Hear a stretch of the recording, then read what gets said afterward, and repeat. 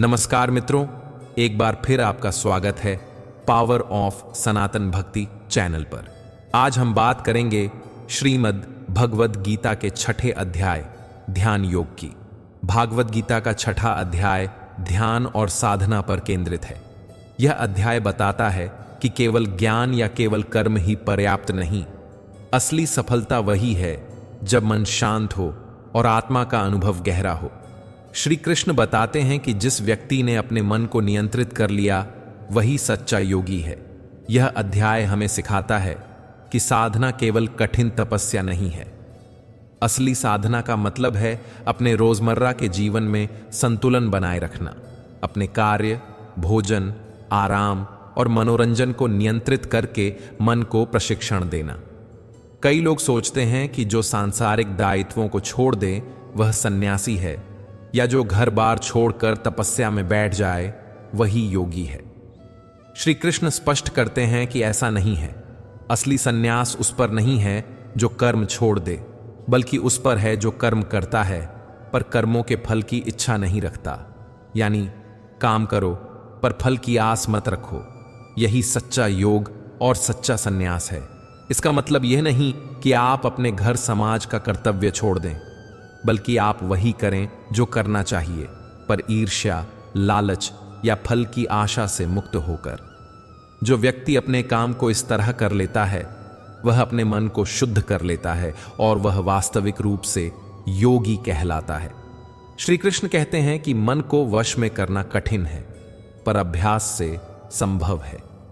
ध्यान और साधना का तरीका खाली बैठकर घंटों आंखें बंद करने से कहीं अधिक होता है। यह जीवन का एक क्रम है जिसे हम अपने रोजमर्रा में निरंतर अभ्यास करके अपना सकते हैं। समय तय करें। रोज कम से कम एक निश्चित समय निकालें, चाहे 10 से 15 मिनट से शुरुआत करें। सुबह का समय सबसे अच्छा माना जाता है, पर जो भी समय आपके लिए संभव हो उसे अपनाइए। शांत स्थान चुनें। ऐसा स्थान चुनें जहां कम शोर हो और आप आराम से बैठ सकें। यह आवश्यक नहीं कि मंदिर या आश्रम हो, घर का एक कोना भी पर्याप्त है। संतुलित आहार और जीवन शैली, अत्यधिक भोजन या अत्यधिक उपवास दोनों ही मन को विचलित करते हैं। मध्यम आहार, सुचारू नींद और नियमित कामकाज जरूरी हैं। सांसों पर ध्यान। सांसों की लय को देखना सबसे सरल और असरदार तरीका है। धीरे धीरे सांस लें, महसूस करें, छोड़ें। यही अभ्यास मन को शांत करता है।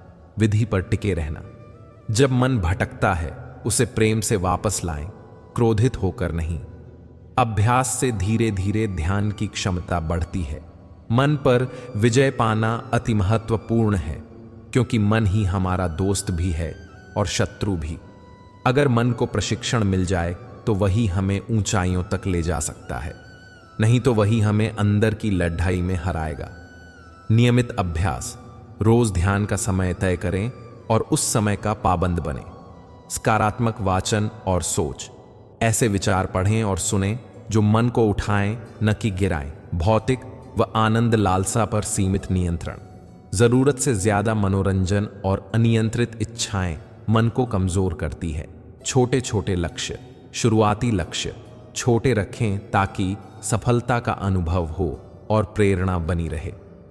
श्री कृष्ण कहते हैं कि यदि कोई मन को वश में कर लेता है तो उसने संसार के सबसे बड़े जीत हासिल कर लिए। उसका कोई और लोभ नहीं रह जाता। जब साधक का मन इतना शांत हो जाता है कि उसकी सारी इच्छाएं और द्वैत समाप्त हो जाते हैं, तब वह समाधि की अवस्था में पहुंचता है। समाधि वह अवस्था है जहां व्यक्ति असीम आनंद और एकता का अनुभव करता है, जैसे कि वह और ईश्वर एक ही हो गए हों। यह अवस्था अचानक नहीं आती। यह लंबे अभ्यास और संयम का परिणाम है।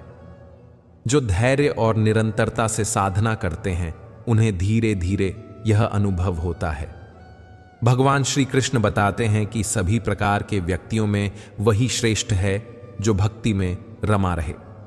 फिर वे कहते हैं कि ज्ञान, तपस्या और कर्मकांडों में लगे व्यक्ति भी महत्वपूर्ण हैं, परंतु गरिमामय और स्थिर भक्ति वाले का स्थान सबसे ऊंचा है।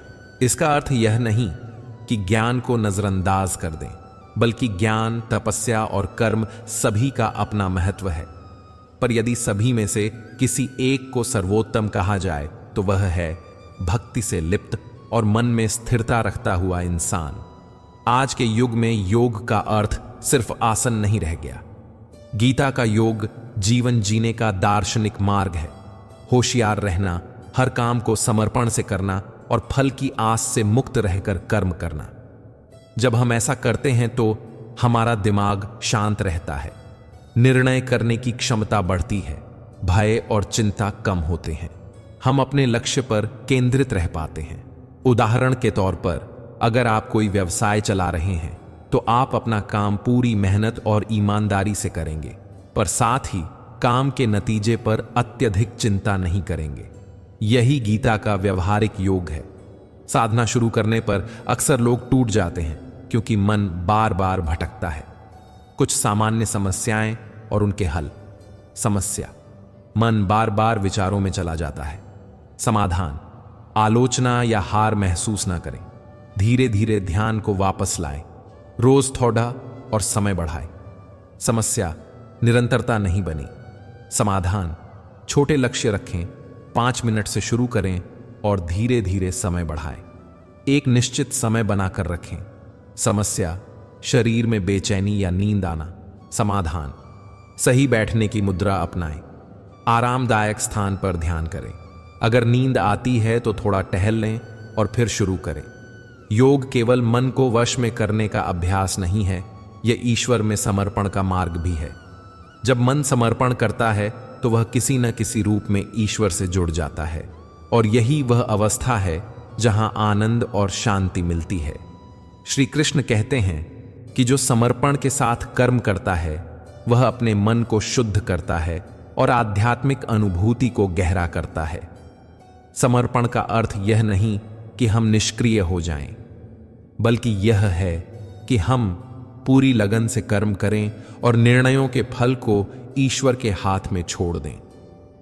गीता इस बात का भी संकेत देती है कि हमारे पिछले जन्मों का संचित प्रभाव हमारे वर्तमान प्रवृत्तियों और योग के मार्ग पर असर डालता है। परंतु श्री कृष्ण आश्वस्त करते हैं कि सही साधना और दृढ़ प्रयास से यह प्रभाव कम किया जा सकता है और व्यक्ति अपने लक्ष्य की ओर बढ़ सकता है। यानी हम अपने कर्मों के जरिए अपनी किस्मत बदल सकते हैं, लेकिन इसके लिए सतत प्रयास और ईमानदारी जरूरी है। सच्चा संन्यास कर्मों को छोड़ने में नहीं, कर्म करते हुए फल की चाह छोड़ देने में है। योग का सार: मन को नियंत्रित करना, साधना और भक्ति साधना का नियम, संयमित जीवन शैली, नियमित अभ्यास और धैर्य। समाधि का अनुभव धैर्य और अभ्यास से आता है। यह शांति और आनंद की स्थिति है। हर किसी के लिए योग, यह सिर्फ मट्ठी या ऋषियों के लिए नहीं, आम जीवन में भी लागू होता है। दोस्तों, गीता का 6वां अध्याय हमें सिखाता है कि आध्यात्मिक उन्नति कोई भौतिक दौड़ नहीं, बल्कि मन की उत्तमता है। हम सभी में वही शक्ति है, बस उसे पहचानने और प्रशिक्षित करने की जरूरत है। जैसा कि श्री कृष्ण कहते हैं, अभ्यास और संयम से मन को वश में किया जा सकता है। इसलिए आज से छोटे छोटे कदम उठाइए।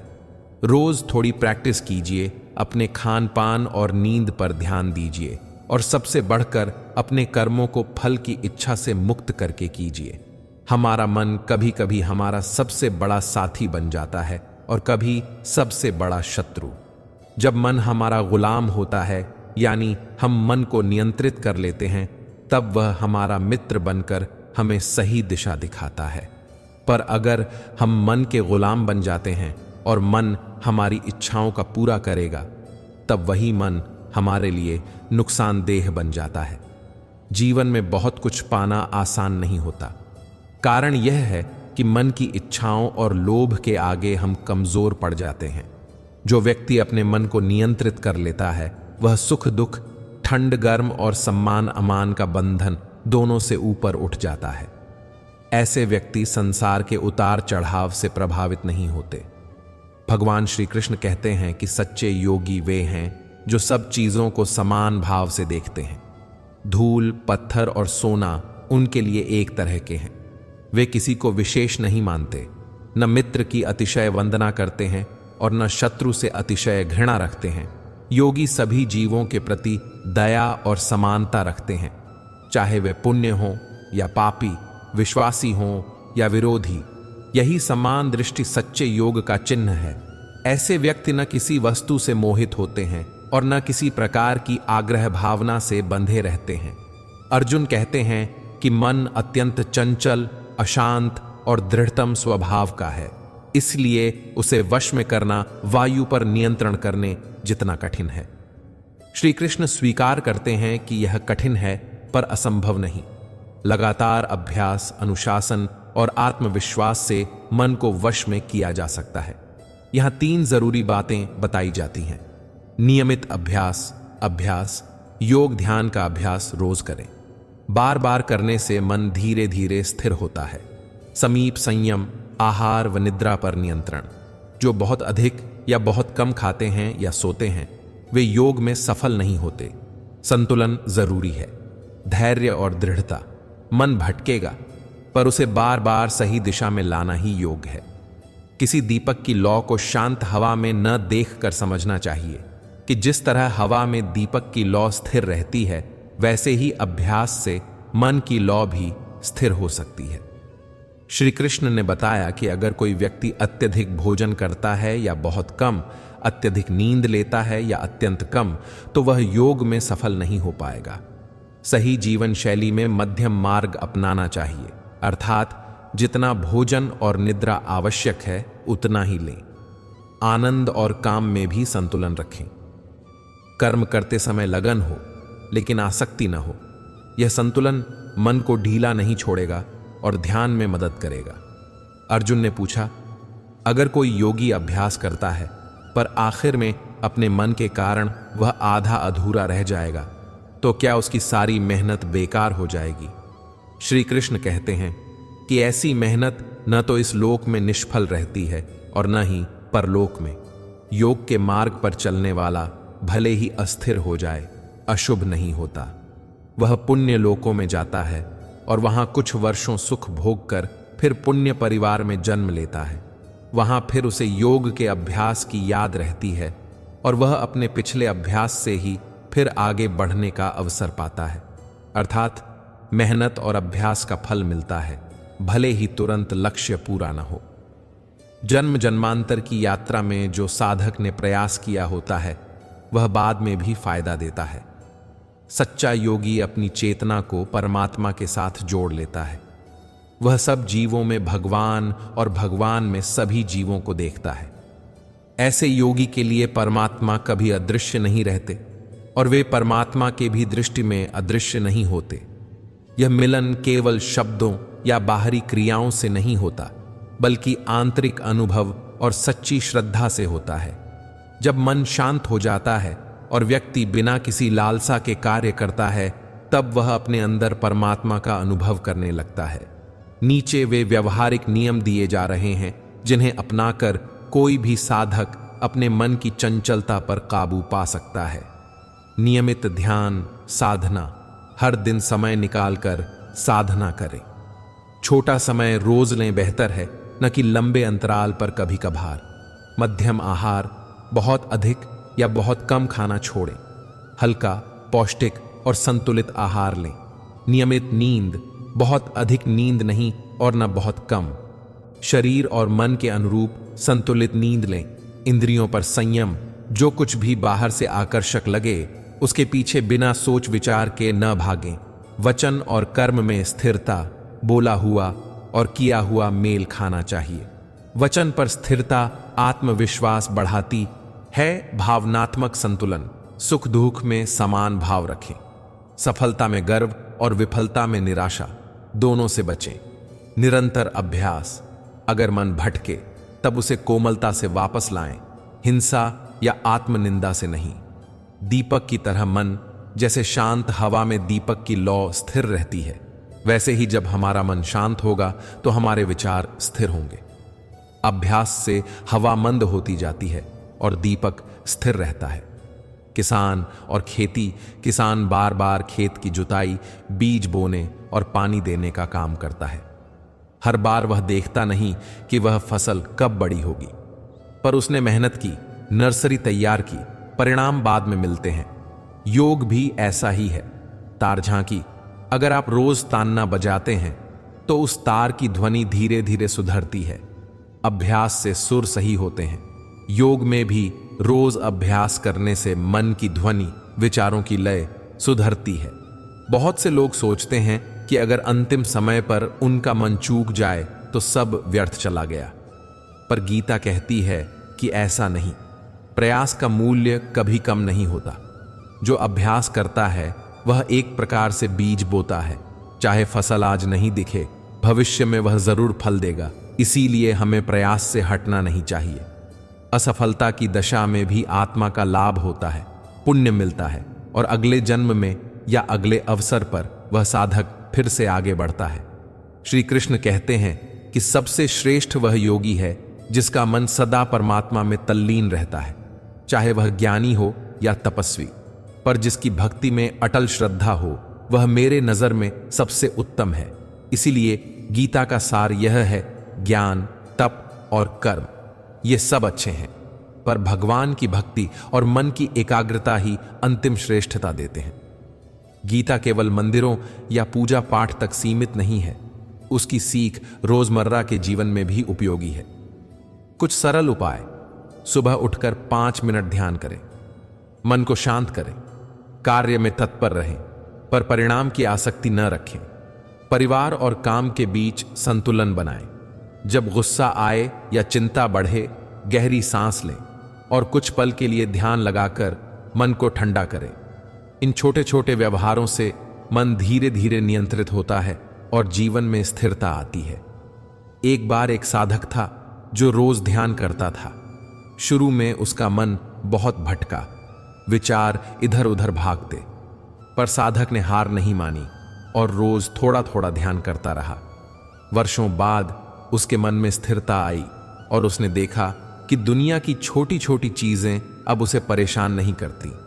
उसके मित्र, दुश्मन, सुख सुख सब उसके लिए एक समान हो गए। यह कहानी गीता की बातों को सरल रूप में दिखाती है।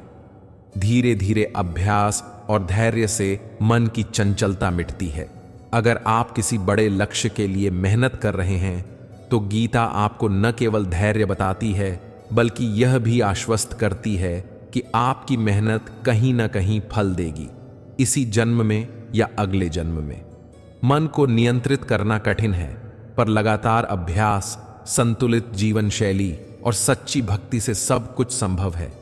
यही गीता का सरल संदेश है। अपने मन को मित्र बनाइए, उसे शत्रु न बनने दीजिए। संयम, संतुलन और श्रद्धा से जीवन जिए और हमेशा याद रखें कि प्रयास का फल निश्चित है, भले ही वह समय ले। आपको अपने कर्मों का फल जीवन में तुरंत मिले या न मिले, लेकिन मृत्यु के बाद निश्चित रूप से हर इंसान को अपने कर्मों के अनुसार स्वर्ग में सुख मिलता है। जब आपके अच्छे कर्मों का फल पूरा हो जाता है, तब आपको फिर से इस धरती पर जन्म लेना पड़ता है। नए जन्म में आपको वही वातावरण और वही घर मिलता है जहां आपके पिछले जन्म के पुण्य कर्मों के कारण अच्छा बौद्धिक स्तर और ज्ञान स्वतः मिल जाता है। फिर उस जीवन में आप और मेहनत करके अपने जीवन के परम लक्ष्य यानी मोक्ष की ओर बढ़ते हैं। साथियों, आशा है कि श्रीमद् भगवद गीता के 6ठे अध्याय की यह आसान व्याख्या आपको पसंद आई होगी। इस अध्याय से आपने क्या सीखा, हमें कमेंट में जरूर बताइए। अगर इस वीडियो में मुझसे कोई गलती रह गई हो तो मैं क्षमा चाहता हूं। जल्दी ही हम गीता के 7वें अध्याय की सरल व्याख्या के साथ फिर मिलेंगे। तब तक के लिए अपना ध्यान रखें, स्वस्थ रहें और प्रसन्न रहें। जय श्री राधे कृष्ण। राधे राधे।